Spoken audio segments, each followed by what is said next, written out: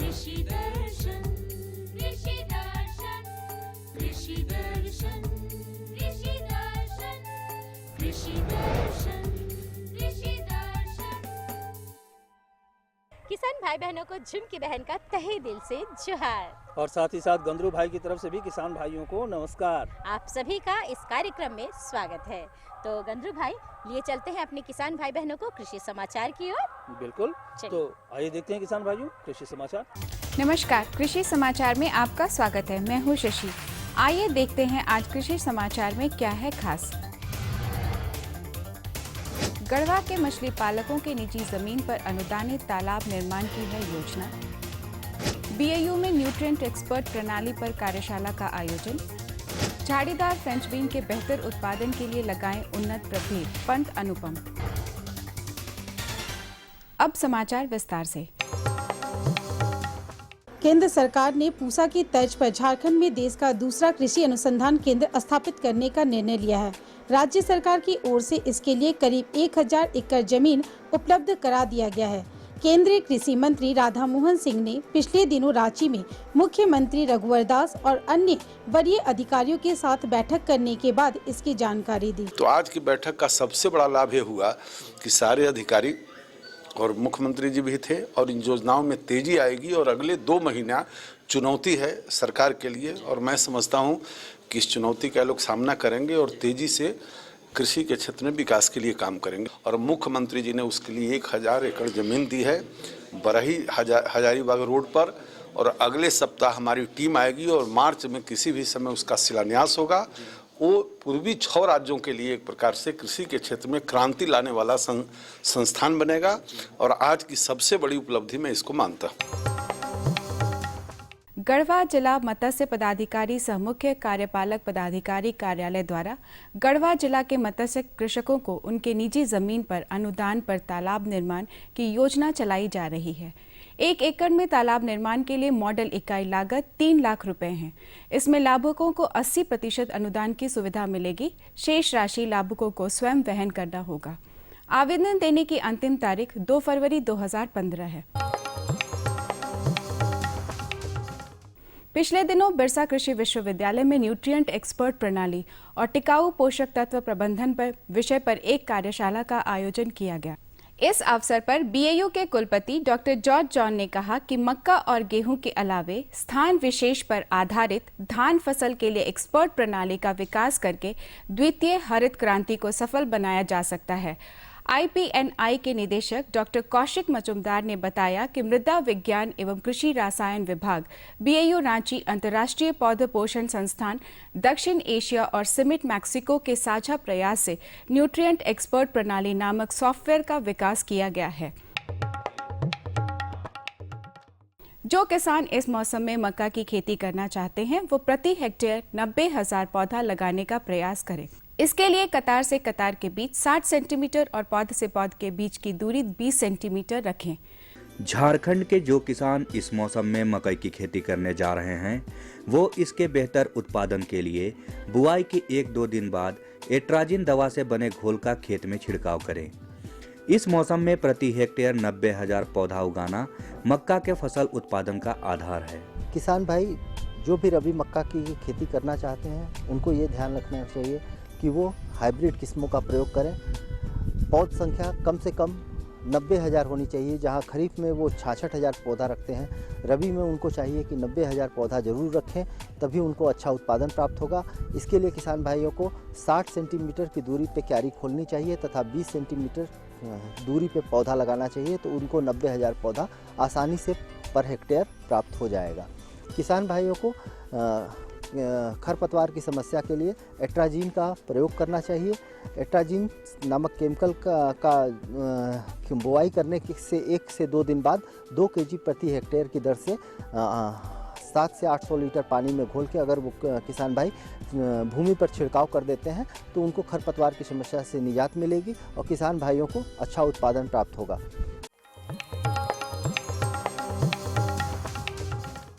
जो किसान झाड़ीदार फ्रेंच बीन की ग्रीष्मकालीन खेती करना चाहते हैं वह जनवरी से मार्च तक फसल लगा सकते हैं। इस फसल के बेहतर उत्पादन के लिए किसान भाई पंत अनुपमा, स्वर्ण प्रिया, अर्का कोमल या स्ट्रिनलेस नामक उन्नत प्रभेद लगाएं। झाड़ीदार फ्रेंच बीन की ग्रीष्मकालीन खेती के लिए बुआई में 80 से 90 किलोग्राम बीज प्रति हेक्टेयर की दर से उपयोग करें। इसमें कतारों के बीच 40 सेंटीमीटर और पौधों के बीच 10 सेंटीमीटर की दूरी रखें। इस फसल से अच्छी उपज लेने के लिए उन्नत प्रभेदों में पंत अनुपमा, स्वर्ण प्रिया, अर्का कोमल या स्ट्रिंगलेस लगा सकते हैं। इनकी उत्पादन क्षमता 80 से 90 क्विंटल प्रति हेक्टेयर है। आज हम जानेंगे विलंब से प्याज की खेती के लिए बीजोपचार की विधि। किसान भाइयों, समेकित कीट प्रबंधन तकनीक के अनुसार प्याज फसल की खेती में कुछ निषेध और कुछ परहेज का पालन किया जाए तो फसल को कीटों के प्रकोप से बचाया जा सकता है। जैसे ज़्यादा गर्मी के मौसम में या ज़्यादा कीट लगने के मौसम में खेत में प्याज फसल न लगाएं। अन्य समय में प्याज लगाने से कीट लगने का खतरा कम रहेगा। और अब एक नजर राज्य के 5 प्रमुख शहरों के मौसम के मिजाज पर। आज राज्य के 5 प्रमुख नगरों के अधिकतम और न्यूनतम तापमान कुछ इस प्रकार दर्ज किए गए। रांची का अधिकतम तापमान 24 डिग्री सेल्सियस और न्यूनतम 13 डिग्री सेल्सियस। जमशेदपुर का अधिकतम तापमान 27 डिग्री सेल्सियस और न्यूनतम 17 डिग्री सेल्सियस। मेदिनीनगर का अधिकतम तापमान 23 डिग्री सेल्सियस और न्यूनतम 12 डिग्री सेल्सियस। देवघर का अधिकतम तापमान 24 डिग्री सेल्सियस और न्यूनतम 14 डिग्री सेल्सियस।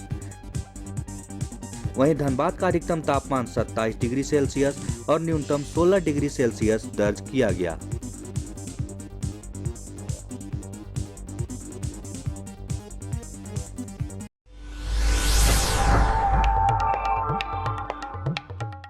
और अब मंडी भाव में आइए नजर डालते हैं अनाजों के भाव पर। आज कृषि उत्पाद बाजार समिति पंडरा रांची में विभिन्न खाद्यान्नों के थोक भाव कुछ इस प्रकार दर्ज किए गए।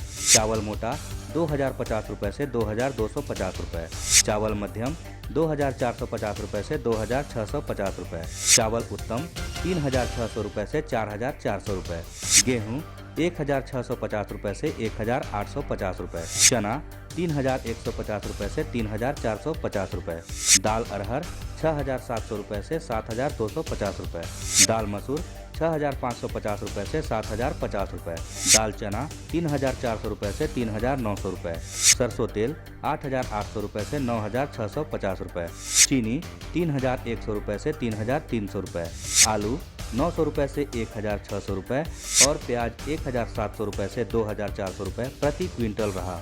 कृषि समाचार में आज इतना ही। अगले दिन अगले अंक में फिर मुलाकात होगी कुछ ताजा तरीन खबरों के साथ। तब तक के लिए दीजिए इजाजत। नमस्कार, जोहार। कृषि समाचार के अंतर्गत अपनी जानकारी ली मंडी की भाव के बारे में, मौसम के मिजाज के बारे में और तरह तरह की खेती बाड़ी के बारे में। लेकिन अब वक्त हो चला है एक छोटे से विराम का। कहीं जाइएगा नहीं, हम तुरंत हाजिर होते हैं। ये लो और बताओ। बस। अरे ये क्या भैया जी, बस इतनी सी रासायनिक खाद? किसानी छोड़ रहे हो क्या? किसानी नहीं, नादानी छोड़ रहे हैं। मिट्टी की जांच कराई है। अब तो लालाजी जितनी जरूरत है उतने ही उर्वरक खेत में डालेंगे। हाँ, किसान भाई आज ही अपने जिले की नजदीकी भूमि परीक्षण प्रयोगशाला में मिट्टी की जांच जरूर करवाएं और मिट्टी में पोषक तत्व, नमी व पौधे के विकास को देखते हुए केवल जरूरत के अनुसार ही पोषक तत्व डालें। और हाँ, मिट्टी में गंधक, जस्ता, बोरोन जैसे सूक्ष्म पोषक तत्वों का पता लगाना भी न भूलें। उर्वरक और जैविक खाद के सही उपयोग से भूमि का उपजाऊपन बनाए रखें, उत्पादकता बढ़ाएं, खर्चा घटाएं और बहुमूल्य विदेशी मुद्रा बचाने में भी सहयोग दें। और हाँ, धीमी गति से नाइट्रोजन उपलब्ध कराने वाले उर्वरकों जैसे नीम लेपित यूरिया को प्राथमिकता दें और यूरिया का पत्तों पर छिड़काव करें। अरे वाह, तू तो सचमुच समझदार हो गया रे। अधिक जानकारी के लिए संपर्क करें जिला कृषि अधिकारी या किसान कॉल सेंटर। तो विराम के बाद एक बार फिर से तमाम किसान भाइयों का स्वागत है जी। तो झुमकी बहन, अब हमें लगता है कि जानकारी का सिलसिला शुरू किया जाए। बिल्कुल शुरू किया जाए। तो चलिए किसान भाइयों, आज हम आपको जानकारी देंगे तोरिया फसल की कटाई और उसके भंडारण के बारे में। और जानकारी दे रहे हैं हमारे विशेषज्ञ अरुण कुमार जी। तो आइए देखते हैं। जानकारियों के साथ हमेशा हम आपके बीच आते हैं। आज का विषय भी बहुत ही महत्वपूर्ण लेके हम आपके बीच आए हैं और बिल्कुल हम हैं खेत में, यानी तोरिया के खेत में, और विषय भी कुछ ऐसा ही है। जी हाँ, हम बात करना चाहते हैं तोरिया की कटाई और भंडारण। तो इसकी विस्तृत और खास जानकारियाँ देने के लिए हमारे साथ हैं डॉक्टर अरुण कुमार। सर, हमारे किसान भाई, झारखंड के किसान भाई खास तौर पे तोरिया की खेती करते हैं और कर चुके हैं और उनके खेत में लग भी चुकी है।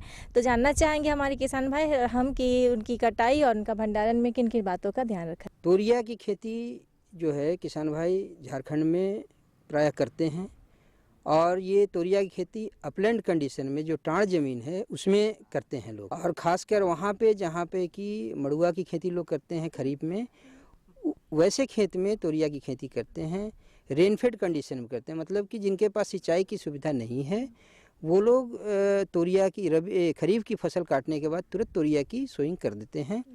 तोरिया इसलिए करते हैं कि तोरिया कम दिनों में पक कर तैयार हो जाती है और इसमें जो रेजिडुअल मॉइस्चर है खरीफ का, जो बचा हुआ खरीफ मौसम का जो नमी है खेत में, उसी से इसकी खेती लोग करते हैं।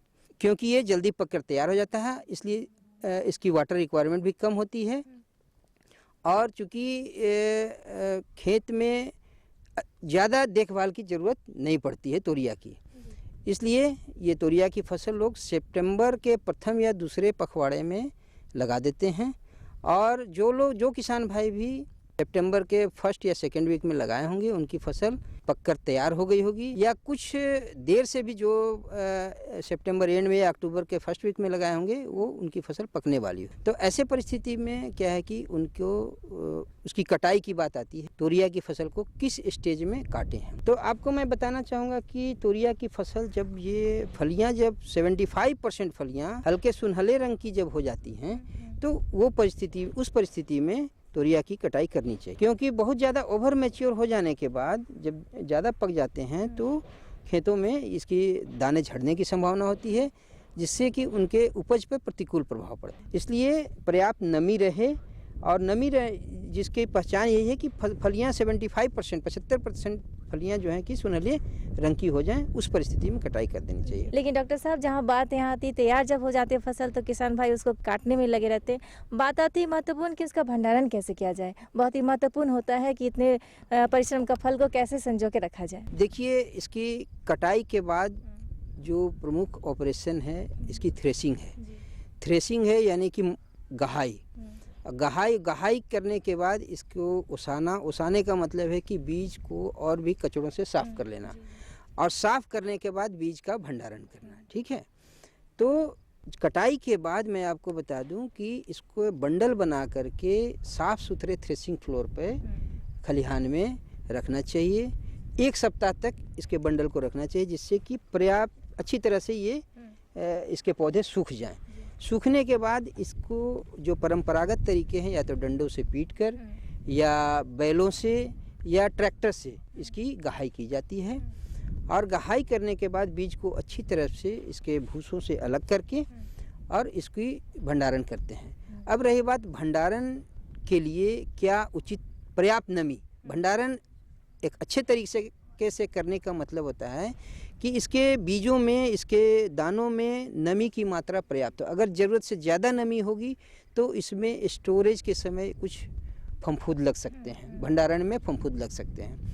तो इसके लिए है 8 से 10% नमी इसके दानों में रहें, उस परिस्थिति में इसकी भंडारण करनी चाहिए।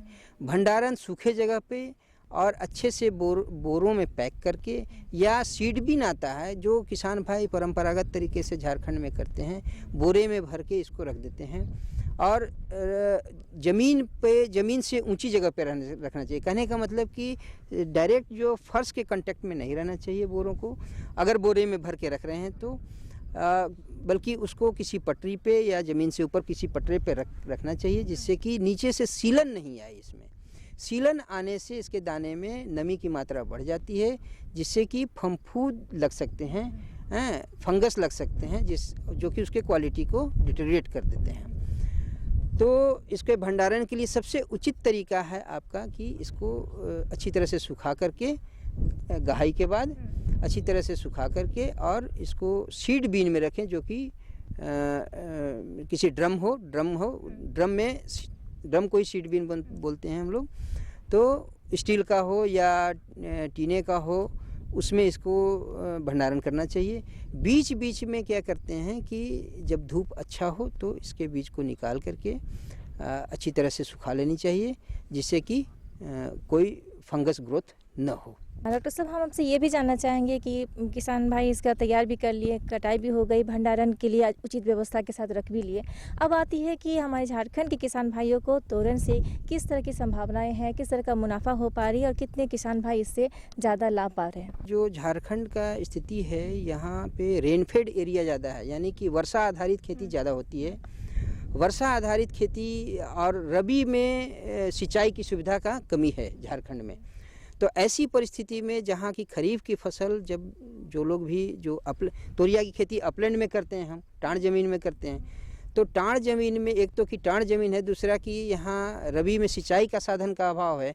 तो ऐसी परिस्थिति में अगर हम खरीफ में जो कम समय में पकने वाली जो मड़ुआ है या मक्का है, मक्का बहुत लोग जो है कि कॉब हार्वेस्टिंग कर लेते हैं, हरा भुट्टा हार्वेस्टिंग कर लेते हैं, तो उन जगहों पे अगर समय से तोरिया की बुआई हम लोग कर दें और इसके लिए उचित वैरायटी जो है किसान भाई लगाएं, जैसे कि झारखंड के लिए जो रिकमेंडेड वैरायटी है PT 303 है, पांचाली है, ये तोरिया की किस्म है जो कि 80 से 85 दिन या मैक्सिमम 90 दिन में पककर तैयार हो जाती है। तो जो खेत हम खाली छोड़ देते हैं खरीफ के हार्वेस्टिंग के बाद, उन खेतों में भी अगर हम तोरिया का फसल लेते हैं तो एक तो कि कम समय में तैयार हो गया, दूसरे कि जहाँ पानी नहीं है वैसी परिस्थिति में तैयार हो गया, और तीसरे जिस ज़मीन में हम खरीफ की फसल के बाद कोई दूसरा फसल नहीं लेते थे, उस खेत से हम तोरिया की खेती करके अगर 5-6 क्विंटल भी रेनफेड कंडीशन में किसान भाई हार्वेस्टिंग कर लेते हैं तो एक बहुत बड़ी संभावना है, उनको बहुत बड़ा मुनाफा होगा। ऐसे हमारे किसान भाई को आज के विषय के बारे में जितनी भी चर्चाएं हमने की है तोरन के बारे में, मुझे लगता है कि हमारे किसान भाई इससे लाभ भी उठाएंगे और आशा करती हूँ कि तोरन की खेती से उन्हें अच्छे से मुनाफा भी मिले। आपने बहुत अच्छी जानकारी दी डॉक्टर साहब, इसके लिए बहुत बहुत धन्यवाद। बहुत ही अच्छी जानकारी थी झुमकी बहन, और हम उम्मीद करते हैं कि किसान भाई इस जानकारी से लाभ उठाएंगे। जरूर उठाएंगे। अब दूसरी जानकारी के लिए हम इंतजार करेंगे। भाई इंतजार किस बात की, हम एक छोटा सा विराम ले लेते हैं और इस विराम के बाद हम फिर जानकारी अपने किसान भाइयों को देते हैं। बिल्कुल, ये भी सही है। अरे जोहार मोहन दादा। जोहार जोहार सोहन। कहाँ से आ रहे हो दादा? बाजार गया था भाई। लगता है आज पूरा बाजार ही खरीद कर ले आए हो। हैं? अरे नहीं, इसमें पशुओं का दाना है और फसलों में छिड़कने वाली कीटनाशक दवाइयाँ हैं और साथ में रसोई का सामान है, सब एक साथ। हाँ, अब रोज रोज बाजार जाना मुश्किल होता है ना। अरे सुनती हो? अरे लेकिन दादा, खाने पीने की चीजों के साथ रखकर कीटनाशी दवाओं का लाना खतरनाक हो सकता है। कैसे? दादा, कीटनाशी विषैले होते हैं, इसके प्रभाव से खाने पीने की चीजें जहरीली हो सकती हैं, इससे हमारा स्वास्थ्य खराब हो सकता है। अरे हाँ, ये तो हमने सोचा ही नहीं। किसान भाइयों से कहते हैं कि खेती बाड़ी से संबंधित अगर कोई भी जानकारी आपके पास है तो उस जानकारी को आप जरूर बांटिए।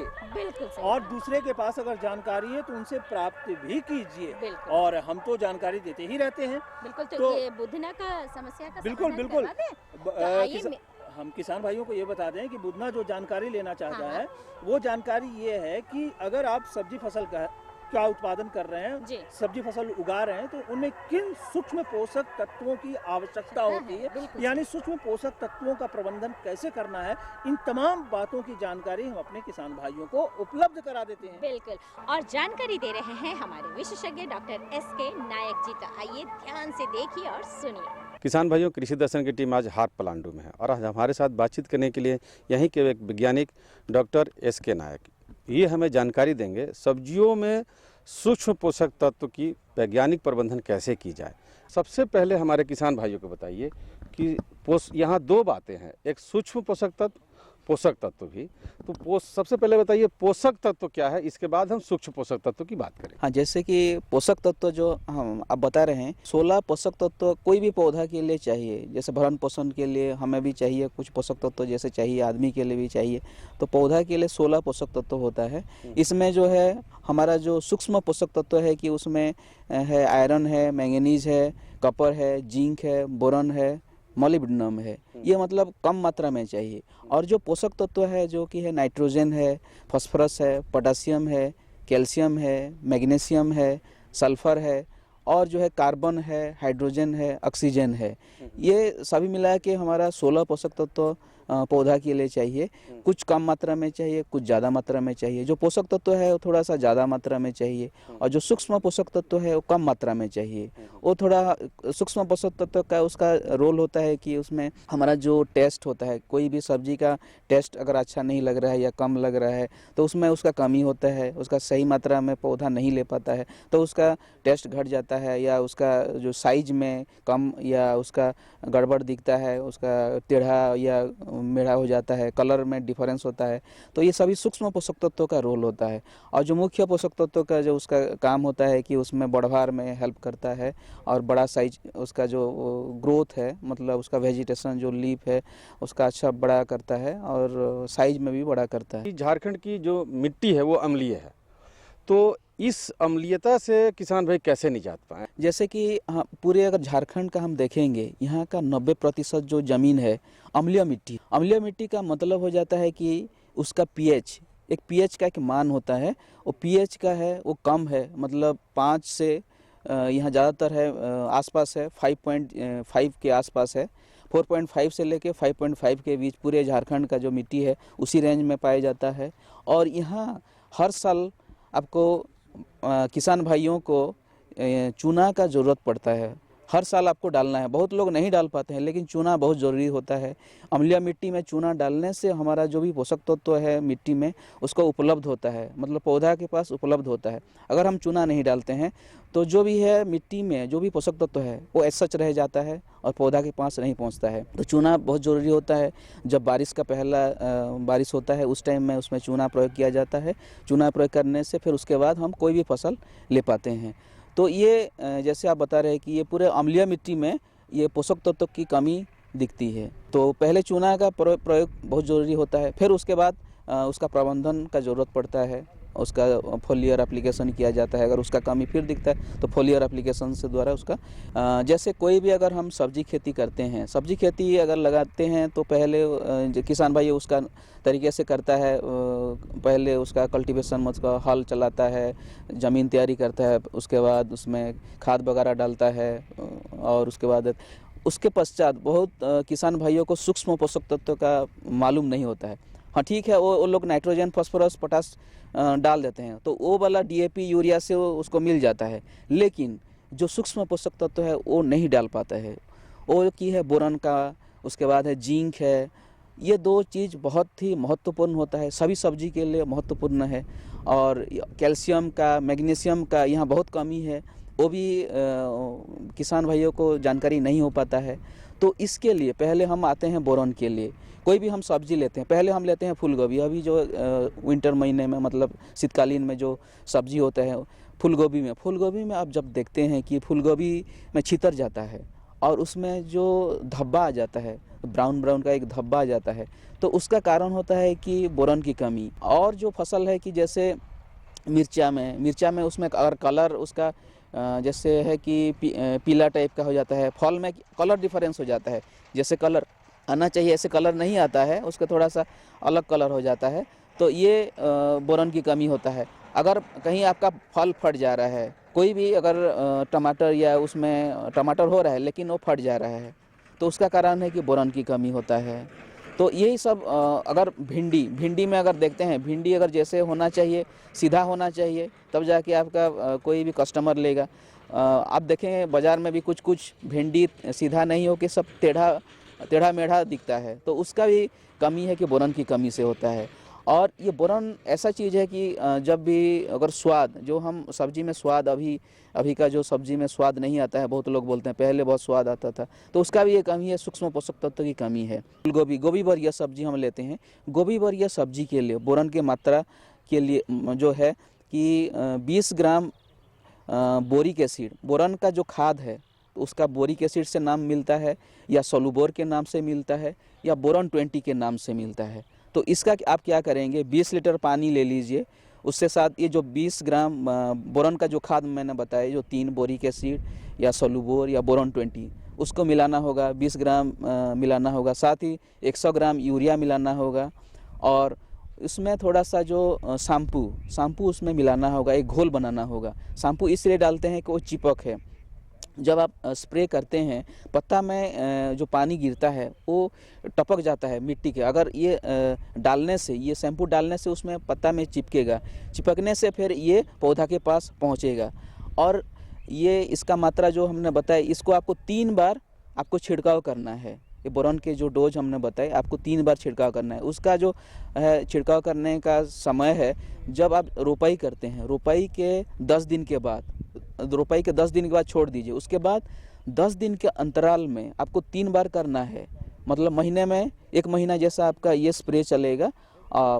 ये जो चलेगा उसके बाद ही आपका फूल धरने से पहले ये सब हो जाना चाहिए, क्योंकि एक बार फूल आप उसमें पकड़ लेगा तो फिर ये सुधार नहीं हो पाएगा। तो फूल धरने से पहले आपको ये आपको छिड़काव करना होगा। तो उसी हिसाब से अलग फसल, जैसे टमाटर में भी आप 10 दिन का रोपाई करने के बाद 10 दिन के अंतराल में आपको 3 बार इसको छिड़काव करना होगा। सभी जो भी है बोरॉन का जो हमने जो ये घोल है, सभी फूल धरने से पहले आपको ये छिड़काव करना होगा। क्योंकि और एक चीज़ हमने आपको बता रहे हैं, ये जो पत्ता होता है, पत्ता है पौधा का एक किचन हाउस है। क्योंकि किचन हाउस में अगर हम छिड़काव करते हैं तब जाके जल्दी ये पौधा के पास पहुंचता है और ये खाना बनाता है। खाना बनाने के बाद फिर पौधा के पास अलग अलग विभिन्न जगह पर पहुंचाता है। तो ये हमको देखना है कि, और एक चीज़ देखना है कि किस समय इसको स्प्रे किया जाए। क्योंकि बहुत लोग करते हैं कि 12 बजे के बाद, 1 बजे के बाद करते हैं। उसमें ध्यान देना होगा कि ये ज़्यादातर छिड़काव 8 से 10 के बीच होना चाहिए। क्योंकि किचन हाउस, पौधा का जो किचन हाउस है उसी टाइम खुलता है। उसका एक दरवाज़ा होता है कि सुबह 8 से 10, मतलब अगर आपका सूर्य किरण ज़्यादा होगा तो उस टाइम में उसका दरवाज़ा खुलता नहीं है। तो उसके पहले ही आपको ये छिड़काव करना होगा।